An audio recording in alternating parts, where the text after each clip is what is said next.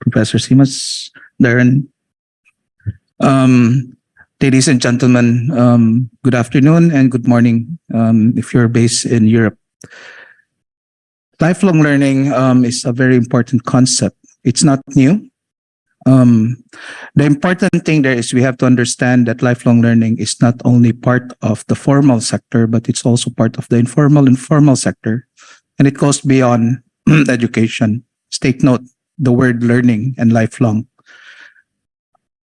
In the ASEAN region, the various challenges we have, partly in the ASEAN community building project, but also as part of the global community building project, particularly the challenges of inclusion, equity, and relevance is very significant today. Take note, learning and the environment that breeds and facilitates learning has been changing. There are dimensions of culture, socioeconomic aspects, and political aspects. So as such, lifelong learning is constantly changing and we have to adapt. At the end of the day, every one of us, since the day we are born until the day we basically end our life, is a learning experience. I don't want to say too much because the expert is actually with us, but we have to consider that ASEAN, both collectively and individually, requires lifelong learning. It requires enhancing flexible learning pathways. It requires enhancing recognition and quality assurance.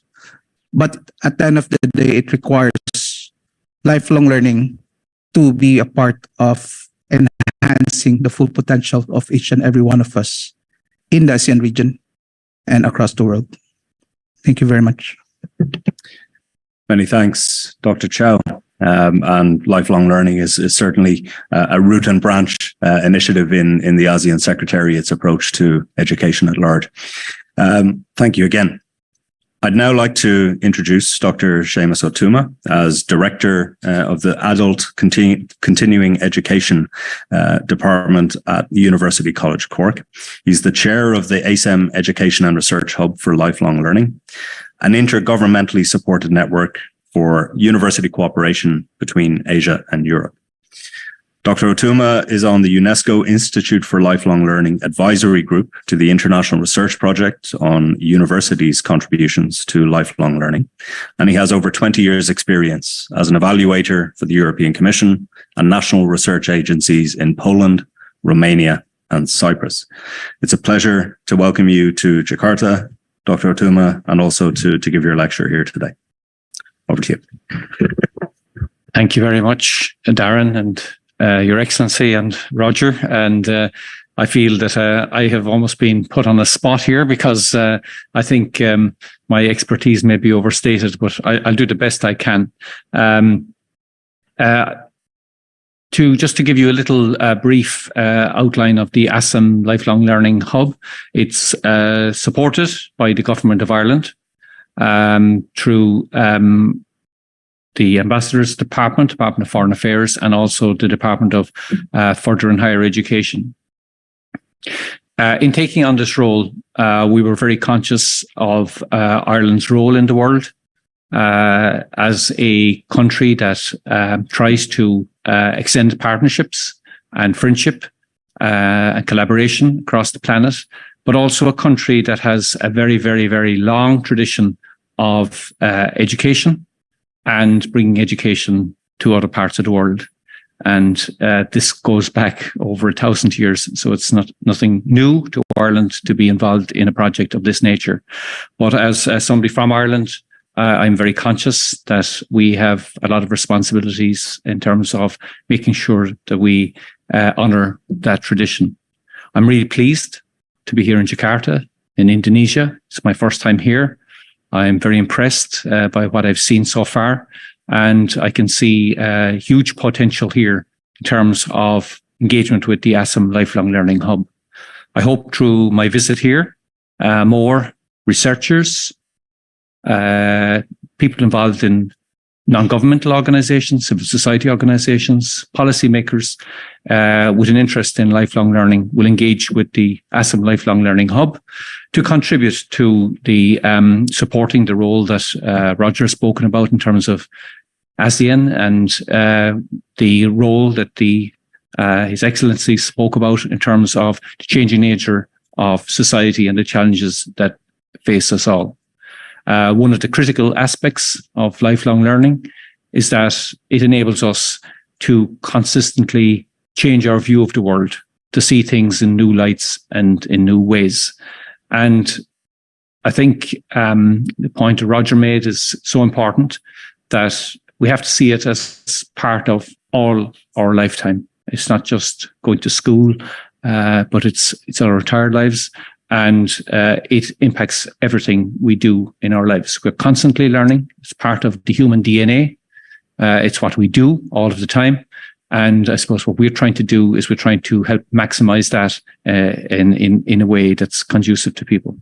I just want to give you, because I know time is fairly tight, a very quick overview of our mission statement and some of the projects we're involved with. And I'll just talk very briefly about the 6 research networks. And I hope that through this process that maybe people will identify areas that they would like to engage with us on, and I would be very happy to include them. So maybe if we could just move on the slide to the mission statement, and you can see the mission statement, which was adopted in 2020 when we began this process. And we adopted this mission statement in collaboration with all our colleagues across Asia and Europe, including the ASEAN Secretariat and the European Commission.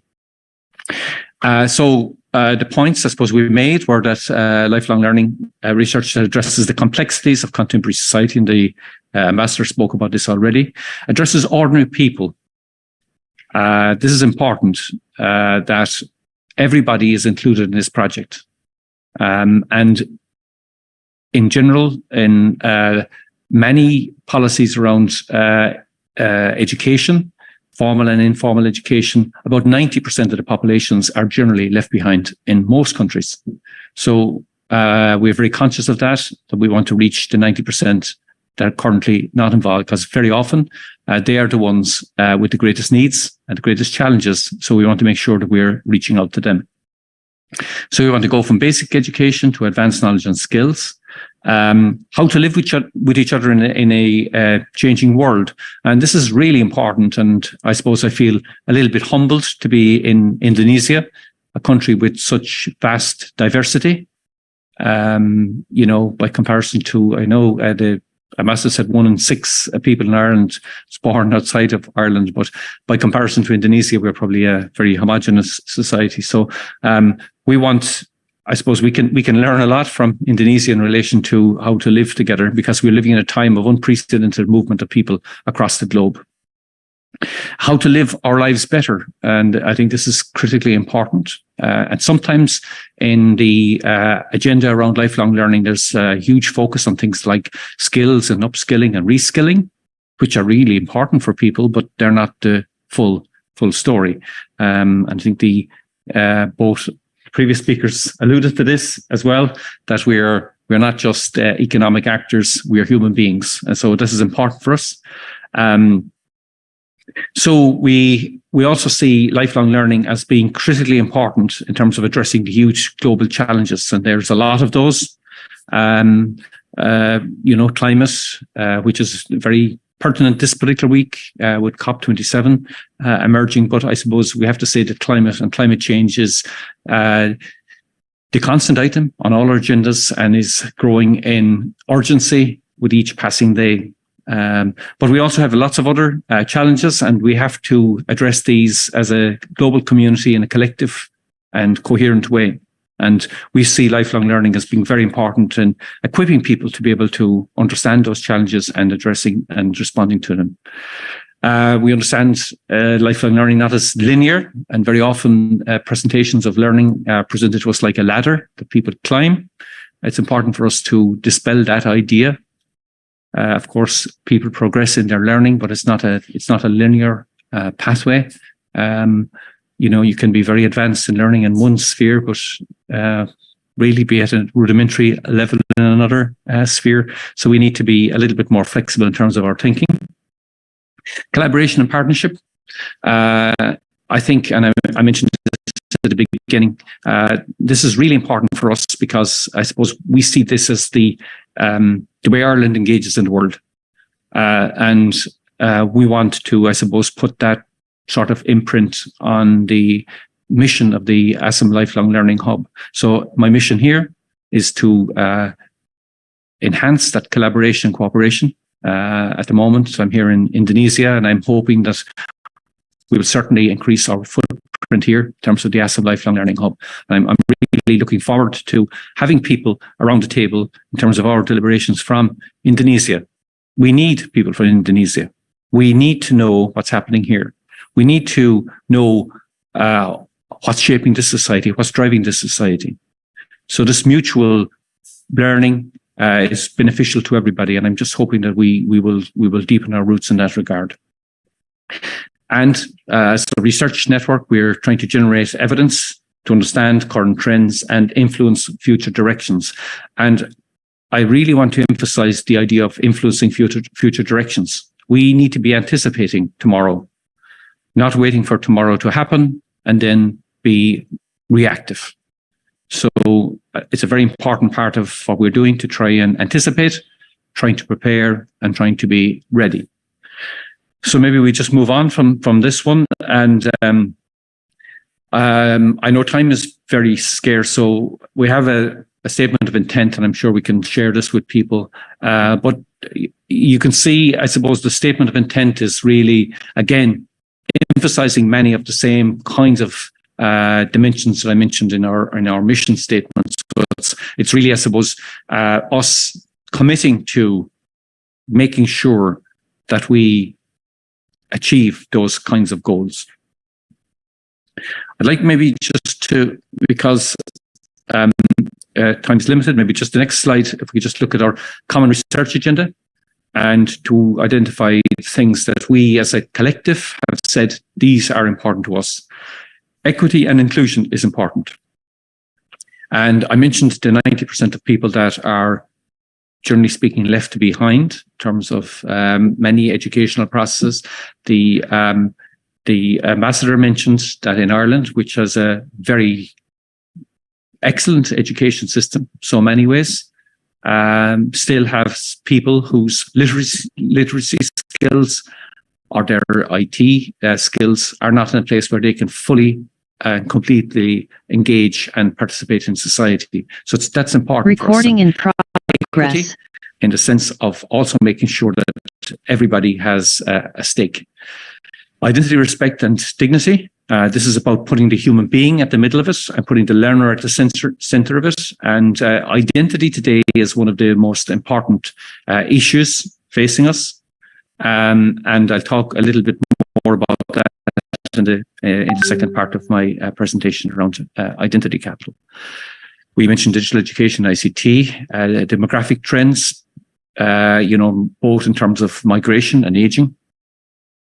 Knowledge policy and capacity building, and these are really important.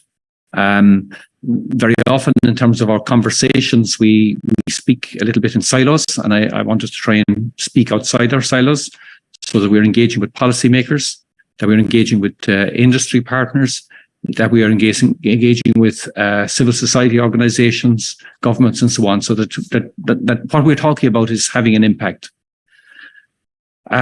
So I suppose these are the common research agenda, and I'll just very quickly go through the 6 research networks and just tell you a little bit about those. So there's 2 slides on, I think. The next one again. Yeah. So just to give you a sense of the areas in which we're currently working, to give you a sense of how you could or might be interested in engaging. So RN1 is we call ASEM. It's around digital learning. And new pedagogical skills and so on.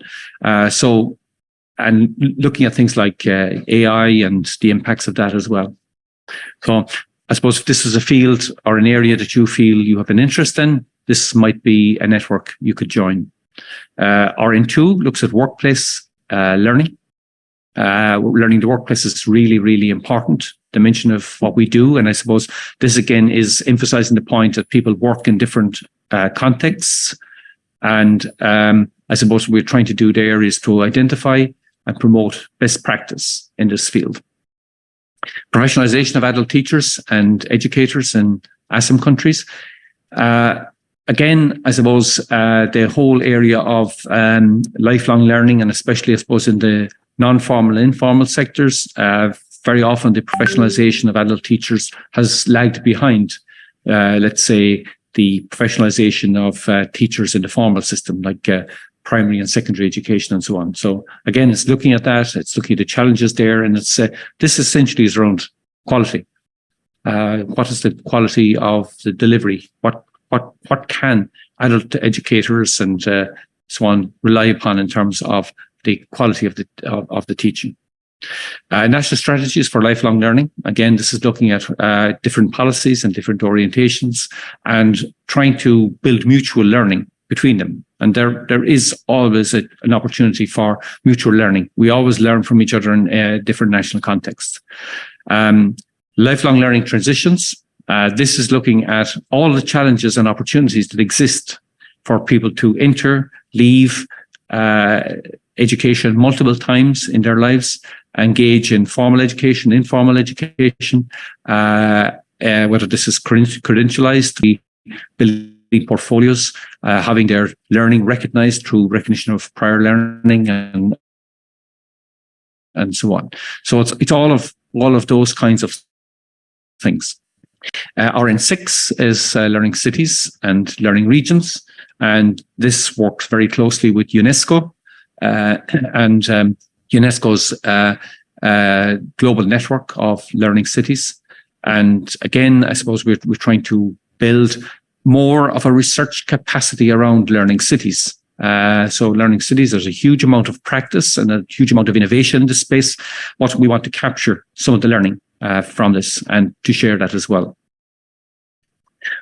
I think maybe that's enough to say, but maybe you could just flash on to the very last slide, which just gives you some contact details if people want to contact us. Yeah. So I suppose I just want to conclude on this section by saying there's an open invitation. I'm hoping that I will have responses from people here in Indonesia to engage in this project. We want you on board. We want to work with you. And I know that there will be a rich learning experience for you and for us through greater collaboration. So maybe I'll just stop there at the moment, Darren. Thank you very much, Seamus. I think it's a really comprehensive mission you have for the 5 years. What is, I suppose, your view on the progress to date, and has that been hampered in any way by what you encountered in the beginning of 2020? Yeah, obviously, we spent a lot of time on Zoom. Because we had no other opportunity. So it did hamper us in terms of engaging face to face. And I suppose I'm trying to rectify that to some extent now. At the moment, I'm trying to visit partners and future partners in Southeast Asia, but that we definitely were hampered in that regard. We also, there was a break between the hosting by Denmark and taking on board by Ireland. So it's important for me that right from day one, I began the process of succession. So I've already had conversations with other potential host countries. I'm hoping that it will be hosted by an Asian country next. I'm hoping that the transition will be flagged well in advance and that there's a clean handover, because this is a really important mission and we can't afford any time for it to, be in some kind of gray area where we're not sure what's happening and so on. So that's important for me. When we agreed with the government of Ireland taking this on board, we agreed a 5-year period, and the Government of Ireland is fully committed to this for the 5 years. They're enthusiastically supporting this project, as has been evidenced by the ambassador being here today. And I think it really, puts the stamp of the Government of Ireland on it, saying we're not just talking, we're walking this as well. So that's important. So we are going to do the best we can in our 5 years. We want to pass it on to the next country in a better place, hopefully. And but absolutely, the area of lifelong learning is so critically important. We can see it in all the sort of international policy, from the ASEAN Secretariat, from the European Commission, from UNESCO, the International Labour Organization, the World Bank, the OECD. You go anywhere, and right at the top of the agenda now is lifelong learning. And I think our mission, I suppose, is to do our part in raising the profile, getting people on board, and I suppose doing the best we can. I'm very conscious that we have a responsibility to our fellow citizens, and we have a special responsibility for those that I suppose are least well served by the process that we have at the moment. Excellent. My apologies, turn on the mic. And we'd like to thank the ambassador for joining us today and the support that he's providing Seamus in his travels in Indonesia over the coming while. We'd also like to thank the wider Government of Ireland and I suppose the European apparatus for supporting these initiatives and the overall Asia-Europe mission. Unfortunately, the ambassador has other business to attend to and has to leave us, but we'd just like to thank him again for joining us today and all that support. Thank you. It's been great to be here. Thank you very much. So we will now just move to the next part of the lecture, and Seamus is going to take us through capitals of learning, situating lifelong learning and learners in a reflexive era. So over to you again, Seamus. Thank you very much, Darren. So this is going to be a slightly different approach, but I suppose the critical thing for all of us is that we have to be flexible. There's two of me speaking now. Okay, so maybe if we just flick on to the second slide as a starting point, because I know we don't have a huge amount of time.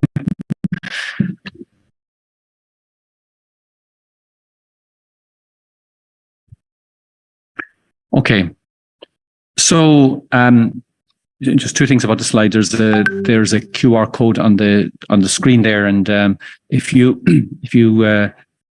scan that QR code, it will bring you to the chapter on which my talk is based.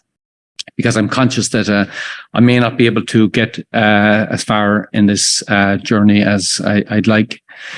So if we just look at the diagram, and it's a fairly simple diagram. At the center of the diagram, we have the words reflexive modernity. And I want us maybe to use that as our starting point. And when I talk about reflexive modernity, I'm talking about the time we live in where individuals are taking more responsibility for the curation, I should say, almost, of their identity. This is especially visible among young people, but it's not exclusively the case with young people. But when you look at younger people, people maybe in the, under 25, let's say, you can see this idea of identity and the formation of identity is a really, really big project for them. And I know sometimes when I say this in Asia, people say, oh, well, it's a very different kind of society to Europe. Engagement, community engagement and community processes in Jakarta, because I just wanted to get a visual sense of it. And when I looked at that, I could see that even in those contexts, we could see a huge diversity in terms of how people presented themselves. And not yesterday, but Sunday before, I was in Singapore. And it was my first time in Singapore as well. And I went for a walk, and I was walking past this mall, and it looked like a mall, and it looked like an exhibition center. So I said, I wonder what this place does. What is it? And I went inside, and there was a huge sort of open space in there. And there was about, I would estimate, maybe 2,000 young people. I would estimate their age from maybe 18 to 21, something like that. Now, I come from Ireland, and I was, first of all, slightly bemused that they were all dressed in Halloween costumes. I know people don't realize that Halloween is an Irish festival. Goes back thousands of years in Ireland. And when I was a child growing up, we celebrated Halloween and so on and so forth. So all of these were in Halloween costumes. Which was interesting. What was equally interesting, if you looked at it carefully, you could see that every single one of them was making some nuanced statement about their identity. Maybe, a streak of blue in their hair, maybe their haircut, maybe what they were wearing, maybe the colors they were wearing, and so on. And very quickly, you can see that the idea of identity is really important for them. Their identity, their idea of who they are as a human being is very important for them. And this is an Asian society, and I can understand that there's a strong commitment to kind of solidarity and in terms of families and other groups like this. But still, even in that context, it's like maybe if you think about an orchestra, they are all playing maybe the same music, but they're all individuals within that as well. And they're all bringing their own individual thing. Why this is really important in terms of lifelong learning is that it compels us as lifelong learning practitioners and researchers to put the learner at the center. So if we're serious about putting the learner at the center, then we have to respect that each of these learners has a set of ambitions for themselves, a set of ideas about what they want to be in the world and where they want to go. And you can see this exhibited in lots of ways. For instance, you can see that people will only consume certain kinds of goods. They might, for instance, say, I don't eat meat, and this could be for religious reasons, but it could also be for ethical reasons to do with climate change, something like this. They will say, I won't purchase goods from certain kinds of companies, I won't work for certain kinds of companies, and so on and so forth. So people are creating all of these paradigms around who they are and what they are. That means if we are serious as practitioners and providers of lifelong learning, then we must give greater autonomy to the learner in terms of where they want to go and what they want to do. Now, this is a really, really serious challenge for us. But if we, and I mentioned this at the beginning in terms of the ASEM Lifelong Learning Hub, we need to be leaders, not followers. So we need to be saying, where do these people want to be in 5 or 10 years' time? Not waiting for it to happen. We need to be leading that space. Now we look at learners, we look at all kinds of learners, and I would say there's a set of capitals that they can accumulate as learners. And in terms of seed capital, I would say that's about, the very basics, the kinds of things that they need before they can really pursue their journey. A lot of seed capital comes maybe in kindergarten or primary education, or second level education and so on and so forth for a lot of people. So they develop a lot of seed capital. They have a lot of learning done already. But for some people, it hasn't really happened for them, or those opportunities haven't opened up for them, or they have been out of the education system for quite a long time. So they don't necessarily see the opportunities or have the capacity to engage with the opportunities.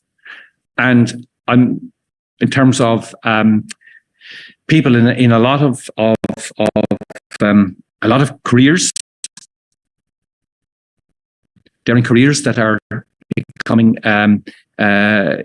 obsolete.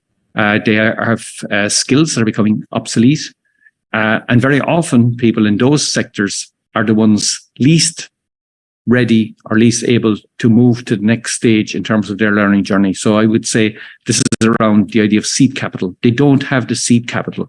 They don't have the wherewithal to invest into the journey that they need to go on.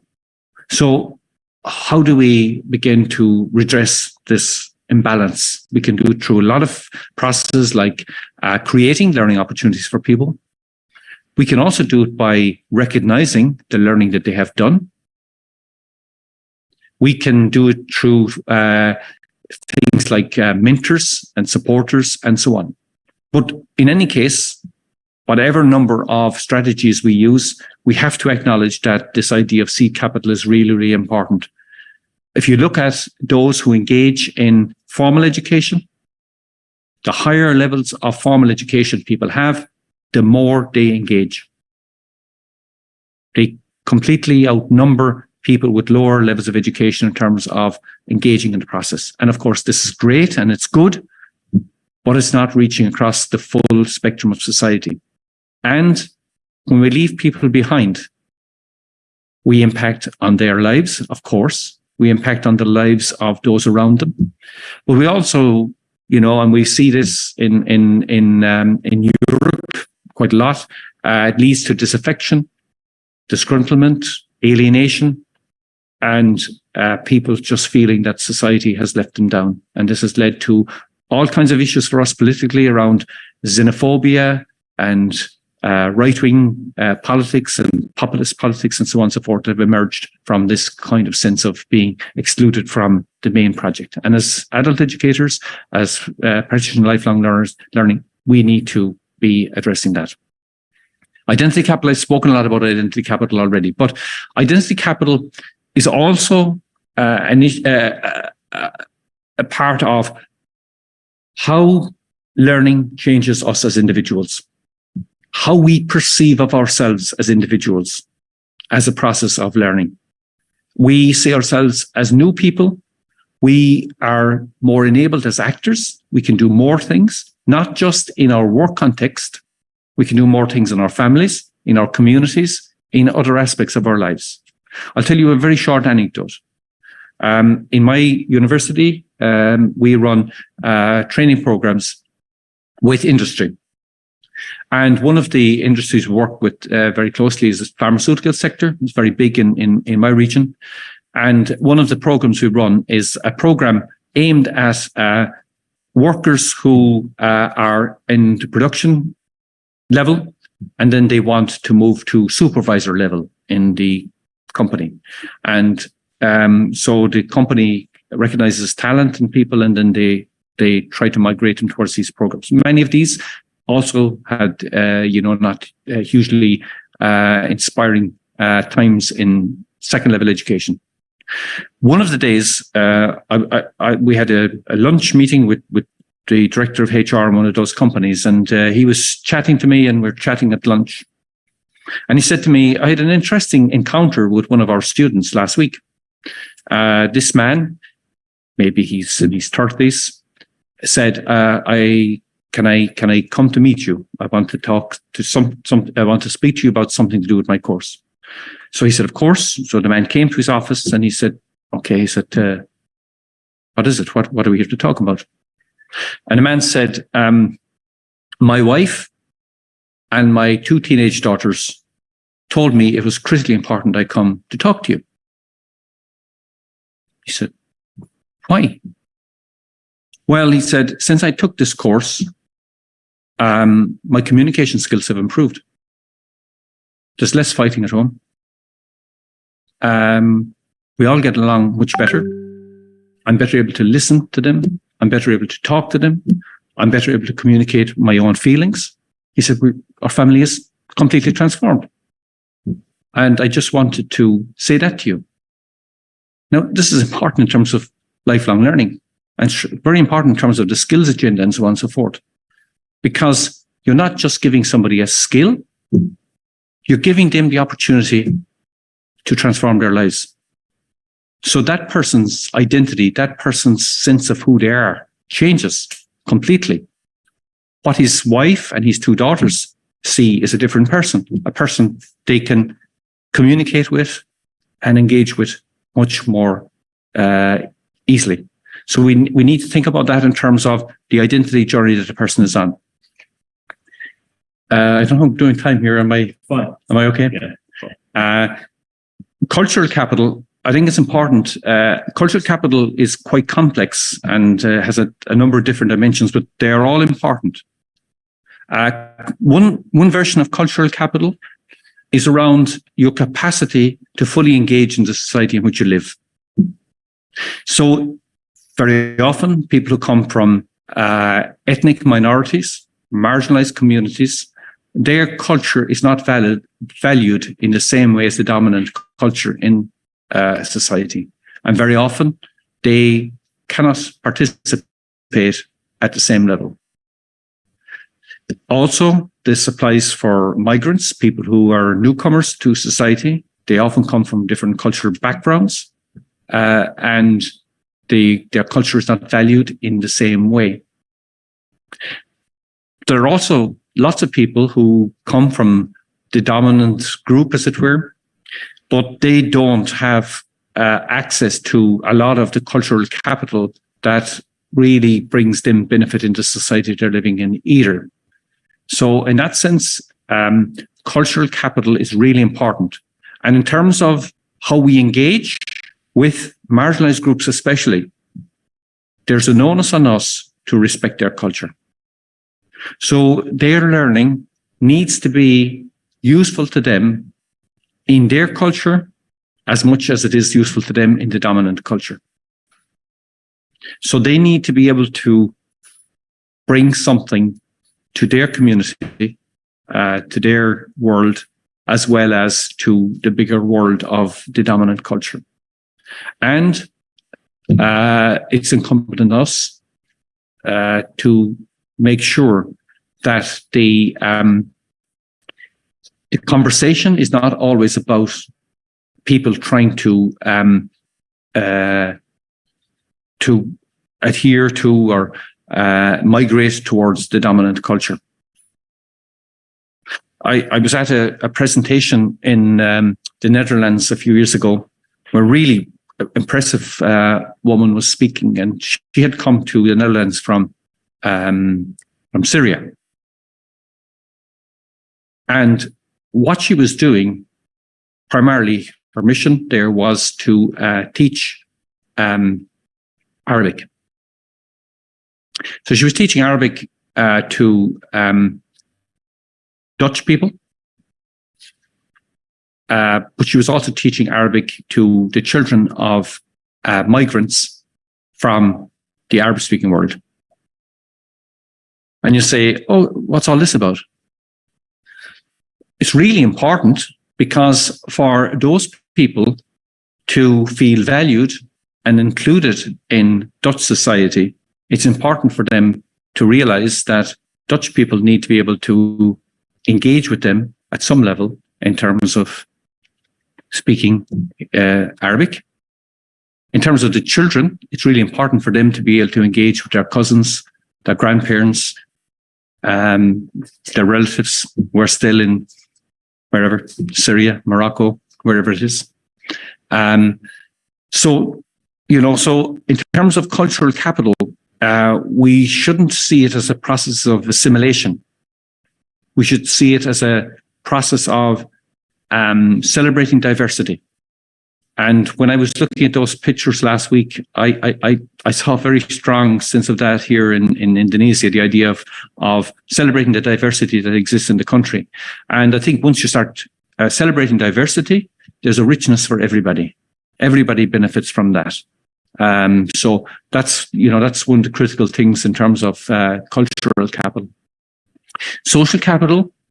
Social capital is around the linkages, the people that you can connect with, and very often, when I spoke earlier about the 90%, very often people that come from marginalized societies, marginalized communities within society, they very often have very good social capital within their own community, but they have very few really meaningful, useful connections outside of that. So they don't have the connections that can be really useful for them in terms of getting jobs, getting promotion, getting access to goods and services, and so on and so forth. But through lifelong learning processes, and through educational processes, you can develop a huge amount of social capital. This is also true of migrants, for instance. When they come into a society, they don't know the very simple things. Where should I go to bring my kids to school? How do I get my car fixed? Who do I get to do anything in the place? And social capital. In my university, we have an emailing system that all the staff share in. Every single day, somebody is asking some kind of a question. Where can I get a plumber? Can I get somebody to give support to my kids? Where could they join such and such a club? Where could I buy such and such? And that's about social capital. And social capital is really, really important in terms of the fullness of the experience of living that people have. And through social capital, you can achieve an awful lot of things that you could not otherwise achieve. So it's really, really important we bear that in mind. And the final type of capital I'm going to talk about is the one that is talked about most often. And this is the idea of human capital. There are things about human capital that we need to bear in mind. First of all, human capital is absolutely really important for people.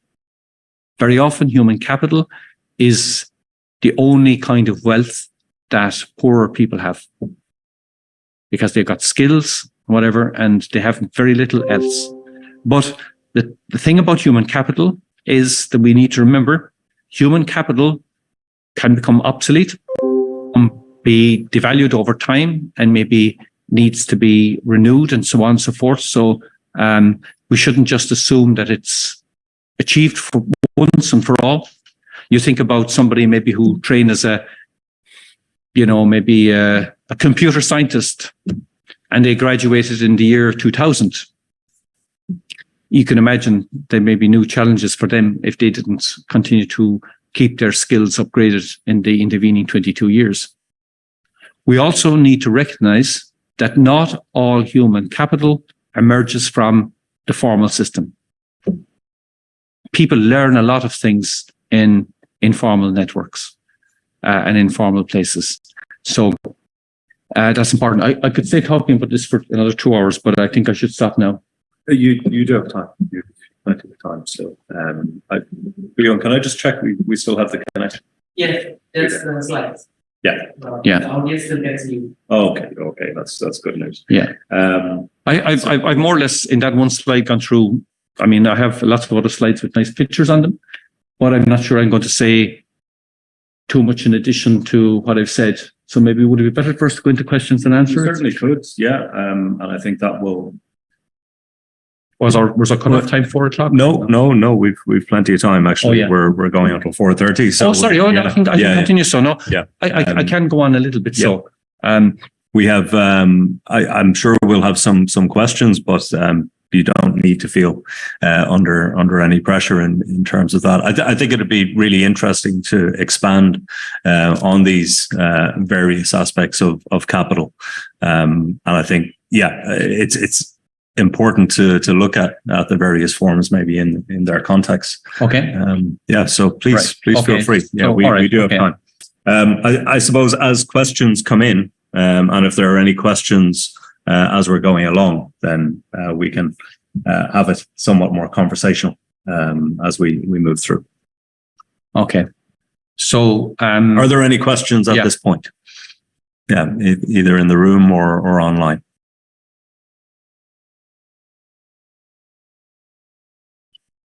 Roger? Well, one of the things that I find interesting about lifelong learning is the difference between the focus on human resource development and human development. And I would like to hear your views on it, particularly from a lifelong learning perspective, and how lifelong learning actually contributes to developing the full potential of anyone. Yeah, and I suppose, Roger, that's the whole point, I suppose, of what I was trying to do to sort of, I would say that the 5 capitals that I'm talking about, they all interact with each other. And very often in the conversation, for instance, there's huge emphasis on human capital. And we hear so much about skills, reskilling and upskilling, which is just looking at the human capital side. But it's like, and then maybe, yes, in terms of the seed capital as a starting point, if you just put on the next slide there just for a moment, you see, I talk here about germinating a seed, and this is the image I want to try and get across in relation to seed capital, for instance, is that in order for the person to create their learning journey, to really develop their full potential, there needs to be a way for the thing to germinate, to move to the next step.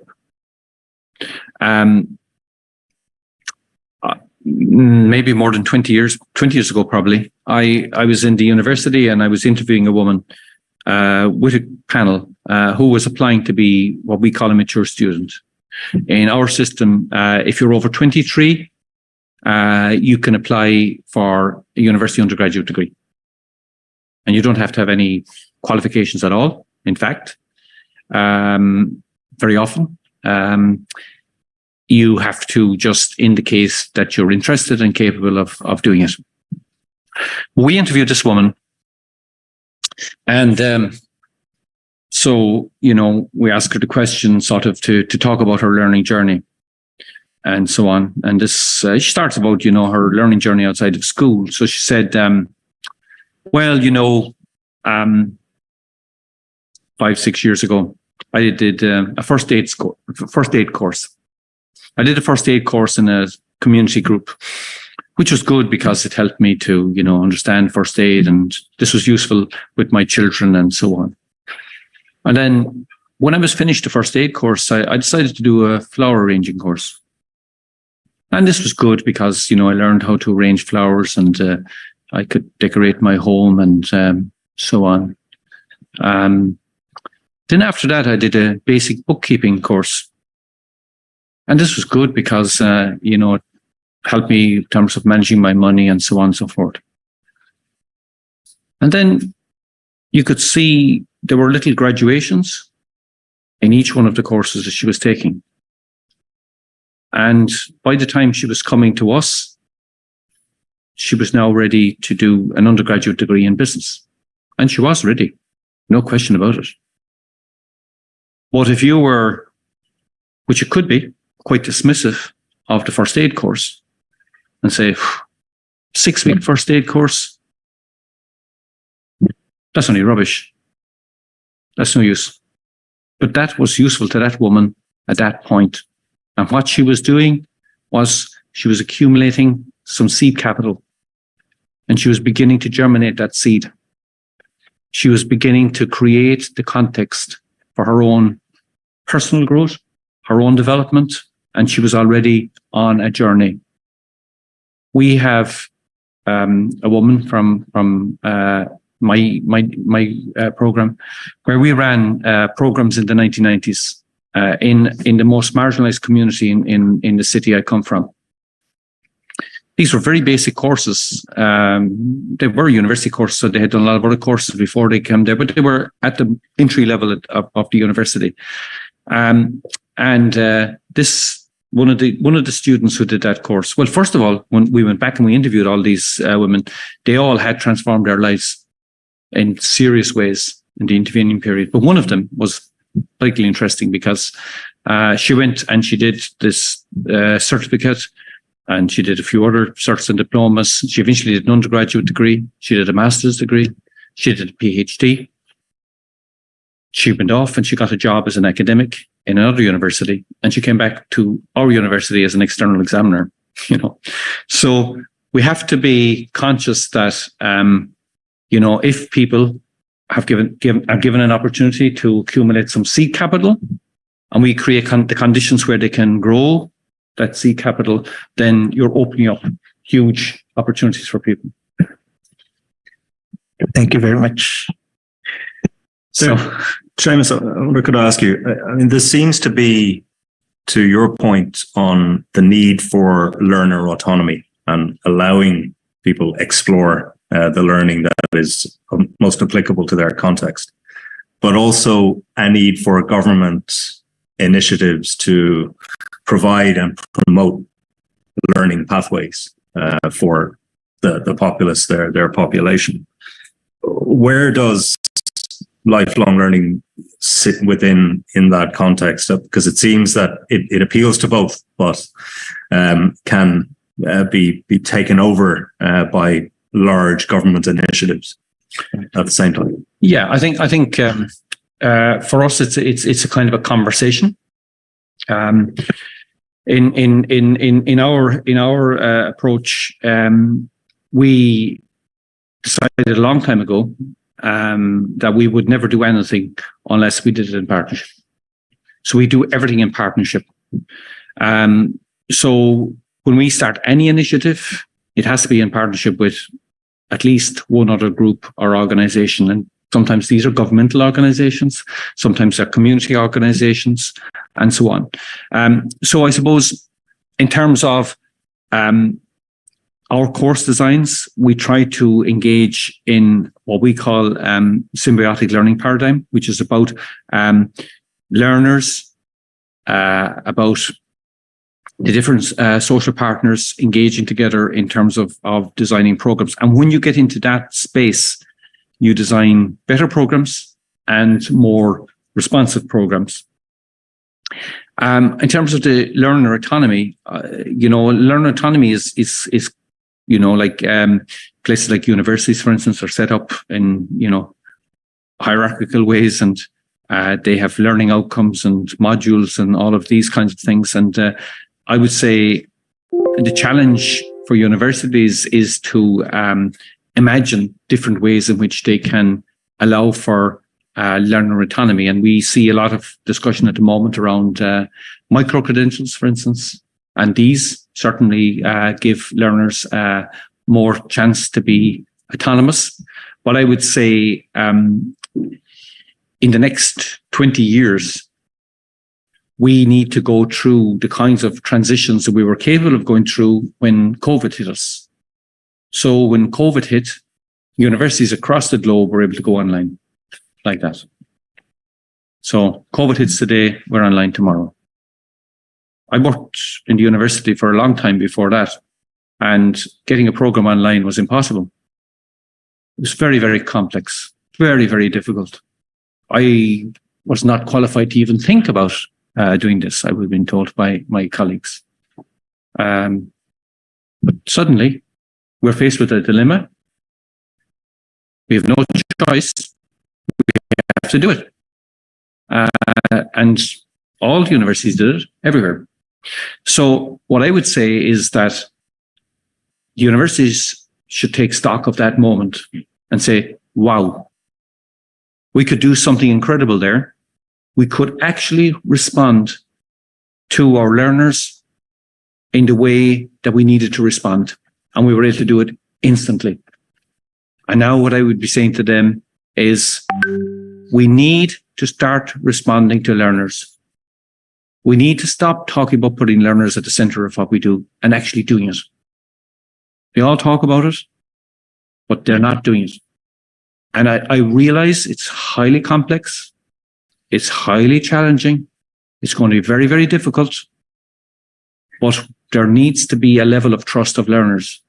And I'm not saying we just throw the thing over completely and forget about everything. I do realize that there's certain basic learning that you need to do if you're involved in certain disciplines or whatever. You need the basic foundations. Of course you do.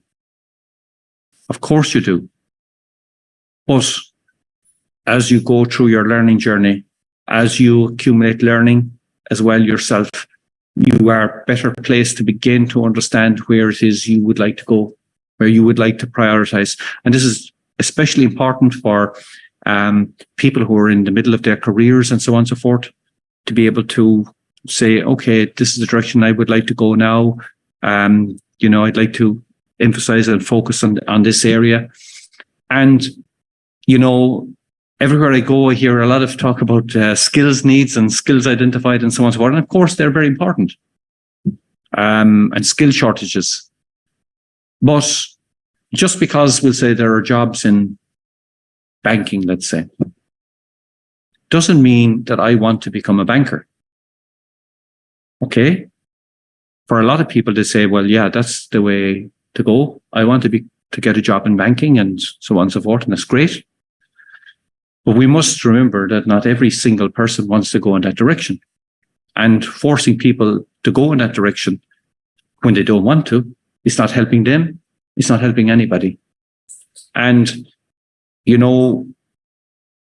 we have a program called Springboard in Ireland, and it is aimed at skilling and reskilling. But one of the interesting things about Springboard is that some of the people who do the Springboard programs, they don't actually pursue the identified skill that the Springboard program is identifying as the inline. They go and do other things, but the skills they gained helped them to go in other directions. And I think that's the challenge for us to create, and I see people using this all the time, this idea of ecosystem. And you think about an ecosystem, any ecosystem that's thriving, it's full of diversity. It's full of all kinds of different things happening in that space. It's not, monoculture, where there's just one species of one thing. And we know that's led us to a lot of trouble along the way. So I would say this is a challenge for universities. I'm in the university sector, so it's a big challenge for universities, but it's also a challenge for everybody involved in this space to really start thinking about where does this learner want to go? What do they want to achieve? And I'm not saying that it should just exclusively be the learner, but the learner needs to be involved in it. Absolutely. I mean, it goes to the root of being self-directed as a learner. I'd like to come back to the question on universities in a moment, but there is a question that's come in from one of our online attendees. I'm sorry, I don't have a name to refer to here. The question is, what's the best approach to promote lifelong learning for parents in urban and rural areas? I presume that's referring to lifelong learning of their children. These two areas have different characteristics socioeconomically, and that would have an impact on how the community perceives lifelong learning as a practice. So maybe this is another variation on that question. Well, if we're adapting the learning process, how is that perceived by the community? How is that perceived by employers, etc.? Yeah. And I think maybe the point as well is for parents of children, because human beings are impatient, and I remember one time visiting a fishing area in the northwest of Ireland, a fishing town. And I was speaking to one of the community activists there, and I was asking them about, the education system and things. And they were saying the big difficulty was keeping boys in school once they got to 16. They wanted to get out of school when they were 16 to go fishing, because there was, the skills required to get into this field were very low. It was quite easy to get in there, and they could earn money quite easily. The problem was, of course, that there was no mobility there. You got in, and what you were earning at 16 was probably the most you were going to earn for the rest of your life. In fact, your earning might go down rather than up. And then what happens? And I think this is maybe where that person is coming from in terms of you can see short term possibilities, and how do you communicate to somebody that you can in the short term gain something here, but in the longer term, where does that leave you in terms of your learning journey? I would say, there's a few things I think that are important. I think it's important for parents, and I'm a parent of grown-up kids now myself, but at least I tried, and you'll have to interview the three of them to see if I succeeded or not. Maybe I did or didn't. But I tried to create scenarios where they could see learning in everything. So when I would be going to school with them in the morning, I would try to look around at things and, talk about things I saw around me. In a sense, and this wasn't artificial for me, because I'm curious anyway, and I like looking at things and I like learning from things. And I wanted them to feel the same, excited about the world they live in, to look at what's happening around them, and to be conscious that they are learning from the world that they're encountering every day, because they're going to have much richer lives. Their lives are going to be way, way, way better through that process. So I would say that is a critical thing for that person who's asking the question in terms of the parents, for the parents to engage in a learning journey with their children, and not to be thinking that it's all going to be in one space or the other, and following the children's interests as well. If children are interested, it doesn't matter what they're interested in, they're learning. They're learning something in that space, whether it's playing football, playing with their dolls, whatever it is they're doing, they are in a process of learning. And it's important that we say, that's a learning process. And that's going to stand to people throughout their lives, because, I talk about the seed capital. These are the people who are going to be resourceful learners. They're going to be able to learn in different contexts. They're going to be able to see the advantages of experiencing new learning and different learning. And this is the big problem for a lot of people. They sort of exclude themselves from the learning process because they don't have the seed capital. They don't have the thing to invest. And then it's much, much harder.